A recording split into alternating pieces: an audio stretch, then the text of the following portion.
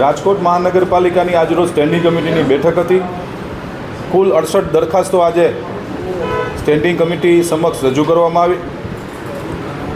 રાજકોટ મહાનગરપાલિકાના ભારતીય જનતા પાર્ટીના સૌ કોર્પોરેટર મિત્રો અને સ્ટેન્ડિંગ કમિટીના સભ્યોની હાજરીની અંદર સંકલન બેઠક આજે મળી હતી અને એની અંદર કુલ 68 દરખાસ્તોમાં જે ચૂંટણી આચારસંહિતાથી છેલ્લા 3 મહિનાથી સ્વાભાવિકપણે આપણે વિકાસના કામો નથી કરી શકતા. 3 મહિનાની જે ભેગી દરખાસ્તો થઈ હતી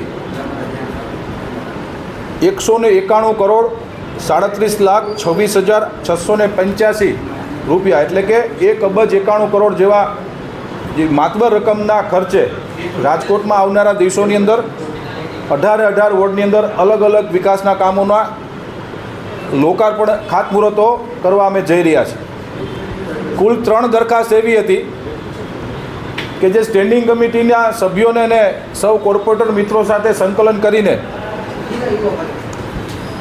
2 નામંજૂર કરી છે અને 1 દરખાસ્તને પેન્ડિંગ રાખવામાં આવી છે.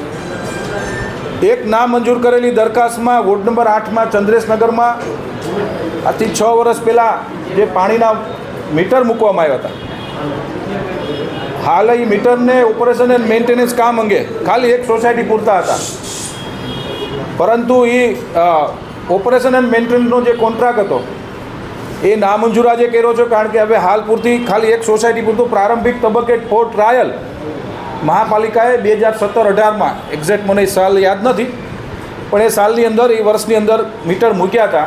એનું ઓપરેશન એન્ડ મેન્ટેનન્સની હવે જરૂરત નથી, માટે એ દરખાસ્તને નામંજૂર કરી છે. બીજી એક સંચાલનની દરખાસ્ત હતી રેસકોર્સની અંદર, એ પેન્ડિંગ રાખવામાં આવી છે. એમાં 2 સભ્યોની કમિટી રિપોર્ટ આપે પછી સંસ્થાને દેવાની વાત છે. અને ત્રીજી દરખાસ્ત સર્વેશ્વર ચોક અને રાજકોટના અલગ અલગ વિસ્તારની અંદર મલ્ટી લેવલ પાર્કિંગની 2010ના સ્ટેન્ડિંગ કમિટીના ઠરાવને 2024માં મૂકવામાં આવી હતી દરખાસ્ત, એ નામંજૂર કરી છે. કારણ કે હાલ પૂરતી સ્ટેન્ડિંગ કમિટીના સભ્યોને એ યોગ્ય નથી લાગતું, કારણ કે સર્વેશ્વર ચોકની અંદર નવો આખો વોકડો જ આપણે નવો મલ્ટી લેવલ સરસ રીતે બનાવી રહ્યા છીએ, એટલે એ દરખાસ્તને આપણે નામંજૂર કરી છે. કુલ મિલાવીને 68માંથી 2 દરખાસ્ત નામંજૂર છે, 66 દરખાસ્તમાંથી 1 પેન્ડિંગ છે, બાકીની તમામ દરખાસ્તો મંજૂર કરવામાં આવેલ છે.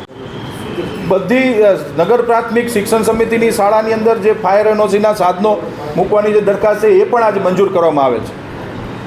જે કોર્પોરેશનની બિલ્ડિંગો વિવિધ બિલ્ડિંગો છે તેમાં ફાયર એનઓસીને લઈને જે ફાયર એનઓસીને નવા ઇમ્પ્લિમેન્ટ કરવા પડશે, તો આને લઈને કોઈ વિચારણા હાથ ધરાશે? શું કહેશો?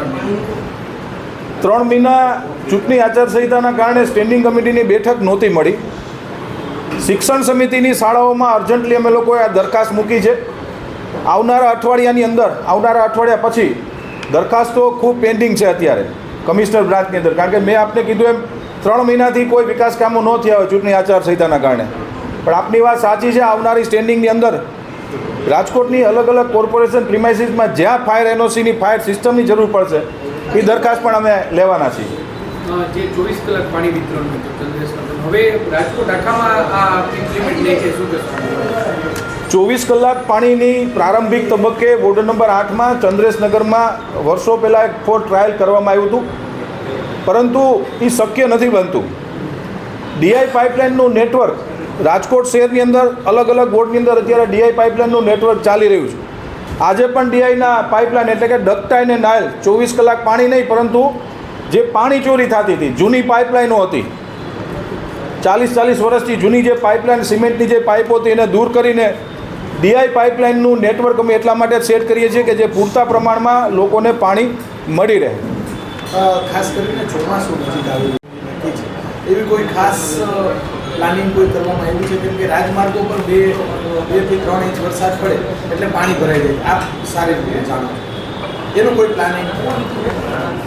પાણી ભરાવવું એ આપનો પ્રશ્ન સાચો છે. પાણી ભરાવવું જ્યારે ભારેથી અતિ ભારે વરસાદ આવે છે ત્યારે પાણી ભરાય છે, બાકી 1 કે 2 કે 3 ઇંચની અંદર પાણી ભરાતા નથી. થોડો સમય પાણી રહે છે, કારણ કે જે પ્રકારે વરુણદેવ એક ધારા વરસે એટલે સ્વાભાવિક છે પાણી ભરાય છે.